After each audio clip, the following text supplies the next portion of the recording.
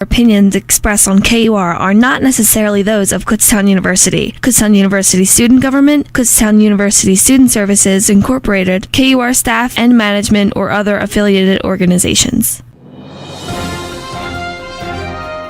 Kutztown Live. KUR's campus and community interest radio magazine.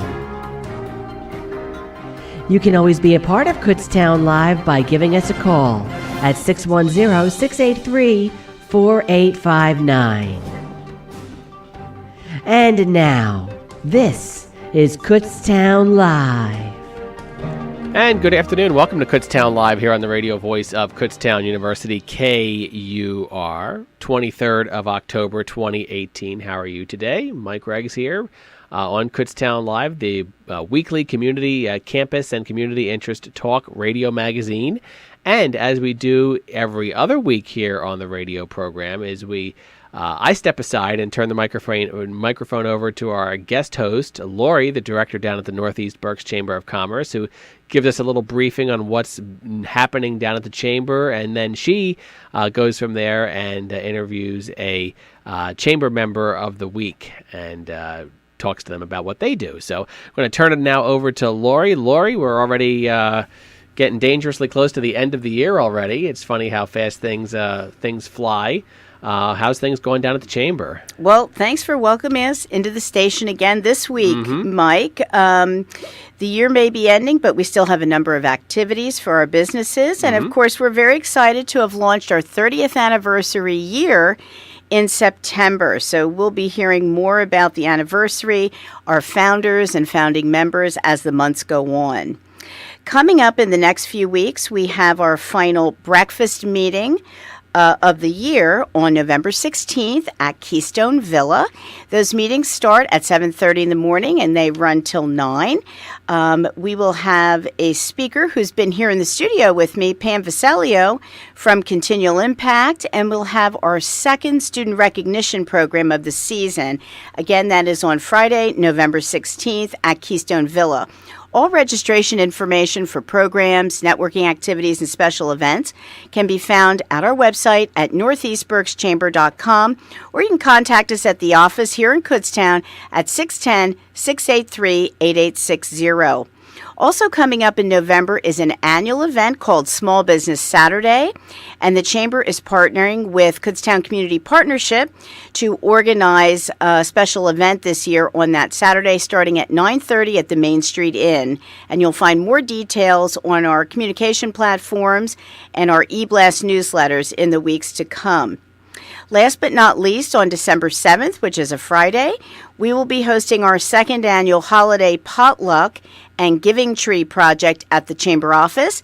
And this is an event that's been organized to focus on the nonprofit members of our chamber. About 9% of our 250 members are actually nonprofit organizations. And we found that many of our small businesses are very supportive of those nonprofits, large and small. So we started an event whereby those nonprofit representatives could come into the office and share their mission with guests, and we would have a potluck. And we had a great social event networking opportunity last year. And again, that's coming up on December 7th. And we expect to have a number of other networking activities also in the weeks to follow. Today, we're very pleased to introduce our guest, Jim Sher, Esquire. He has an office here in Kutztown, not far from the radio station, and that is Sher & Associates, PC. He's been a member, actually. Jim, you've been a member for over 20 years. Thank you for that commitment to our chamber. And he started his law firm in 2013, I believe. Welcome, Jim. We'd like to hear a little bit more about you and about your firm and what you do. Thank you, Lori. I have a small law firm outside of Kutztown, strategically located next to Kunkel's Lawnmower Shop and across the street from the Saucony Brewery Company. It's 3 attorneys, 1 paralegal, and my office manager. And between the 3 attorneys and my paralegal, we handle a variety of legal issues. We do small business work, real estate work, estate planning, civil litigation. We do a fair amount of family law, divorce, things of that nature.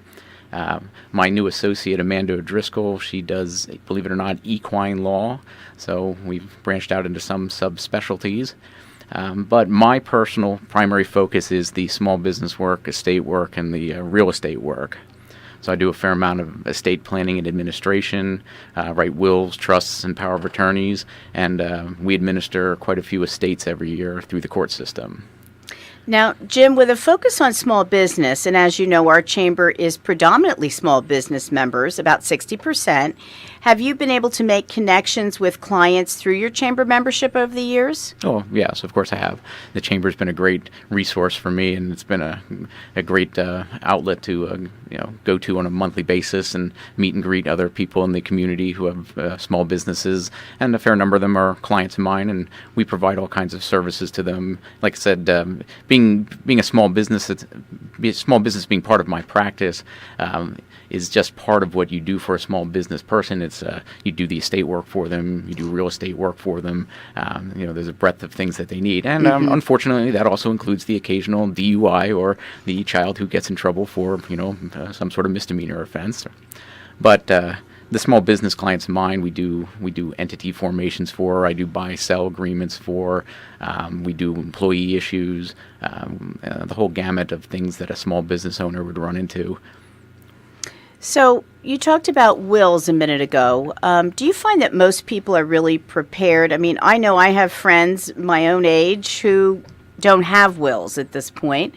Or do you also find that people have a will in place, but they maybe don't make any necessary adjustments or revisions to those as time goes on? Well, okay, so we find, I do find actually in the number of estates that I administer that the vast majority of those people actually have wills, but it seems to me that there's events that occur in people's lives that prompt them to go get a will taken care of. And unfortunately, it's usually the passing of a parent or a grandparent or somebody significant, and it causes people to reflect on what's important, and they go take care of getting their will, power of attorney, and living will done.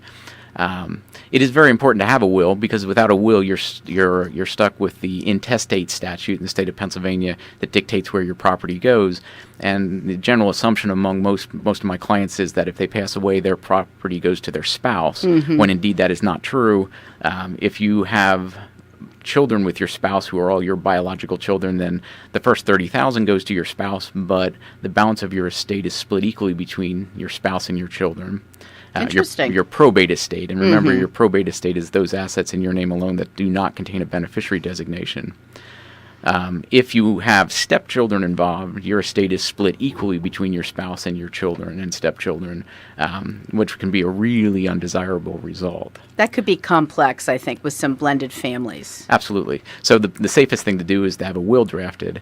And then once you have your will drafted, I tell clients you should look at it once every 3 to 5 years to make sure it still makes sense. I have probated wills that were drafted in the 60s when mom and dad got married, and they never changed them. And honestly, there was never any reason to change them because mom and dad had Junior. Everything went to Junior in the will. There was never any reason to update it. And so that's perfectly fine, but you should still at least look at it once every couple years and make sure that there isn't a change that would be required to meet your current circumstances. Now, going back to small business, if a person is thinking about starting a small business or they've just started one, what are some of the legal issues that they should consider? Why should they consult an attorney? Oh, well, when you start a small business, you should always start by considering the type of entity you're going to use to operate the business out of. Being a sole proprietor is really a bad idea because anything that's in your name alone is subject to attachment in the event you ever get sued. And in addition to that, the other reason it's a bad idea that a lot of people don't think about is when you're operating as a sole proprietor, you operate with a fictitious name. And the statute in the state of Pennsylvania provides that a fictitious name is, when you file for a fictitious name is not, you don't have exclusive rights to it. Anybody can use that name. You're just putting the Commonwealth on notice that you're using the name.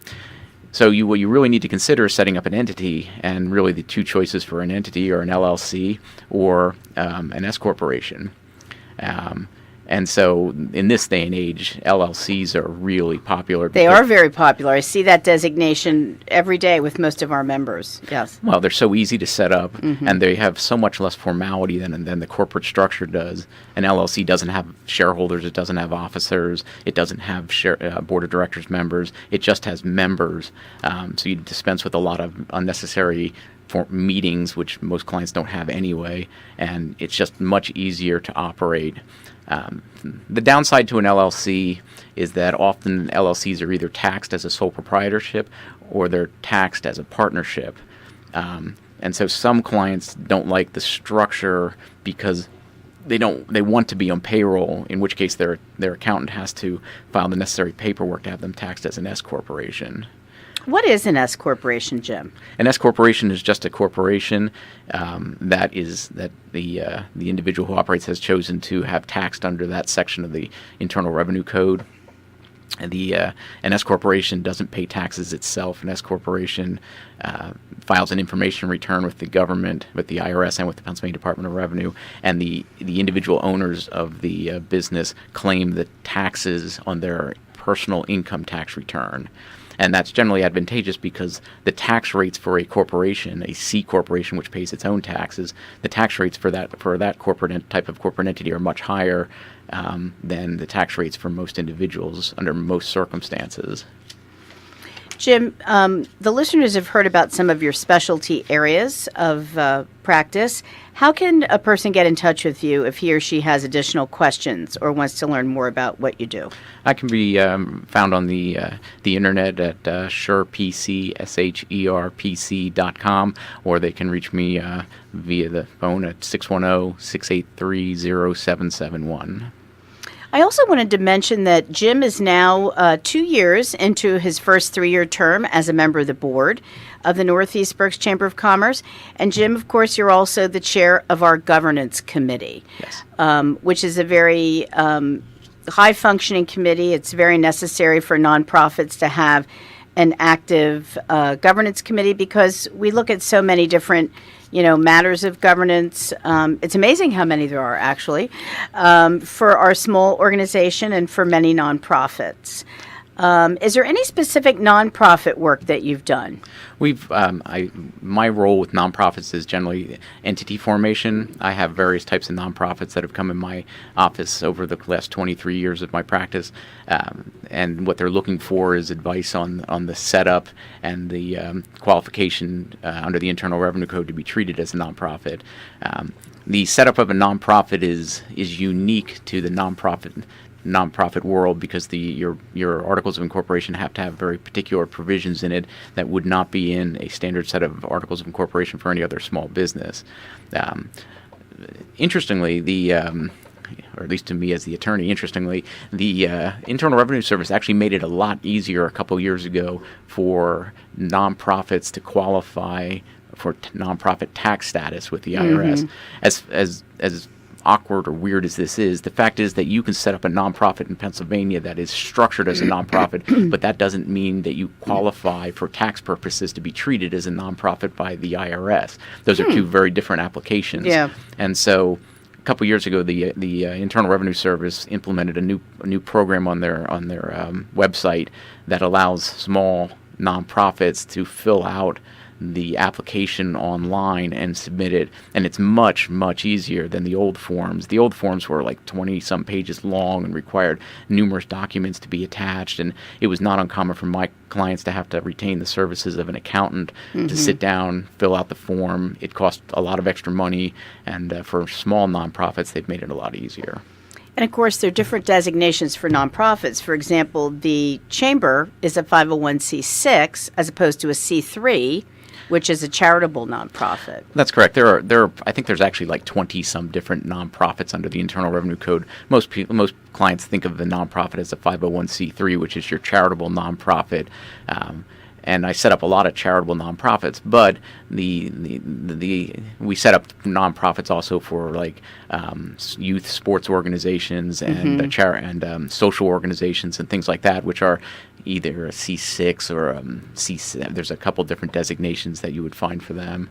The difference is that in order for somebody to be able to make a tax-deductible donation to you, you have to be a 501c3. Correct. But some of those, like when you believe it or not, I set up hunting clubs as nonprofits on occasion, and they're the C6 or C7, whatever the club designation is, and it works for them from a tax perspective and from a planning perspective for the future of their organization. Right. It's like a membership association. Correct. Yes, that's correct. Jim, I know you're also very involved in the community. Why don't you tell us a little bit about some of your nonprofit and civic work here in the Kutztown area? Well, I'm actively involved in the Kutztown Rotary, which is a great organization. We meet on Wednesday nights at the Kutztown Tavern from 6:30 to whenever we have to be done.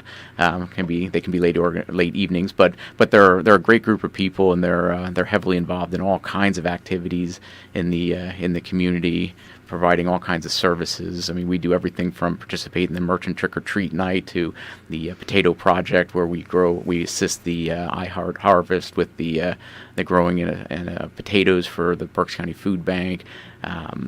There's just a number of great events that they participate in every year. We of course run the Kutztown the wine festival, which is held the first weekend in June, I think, every year, which is a lot of fun. And the money that gets... I think you've already started planning for the next one, right? Oh, they've started planning that before they finished the last one.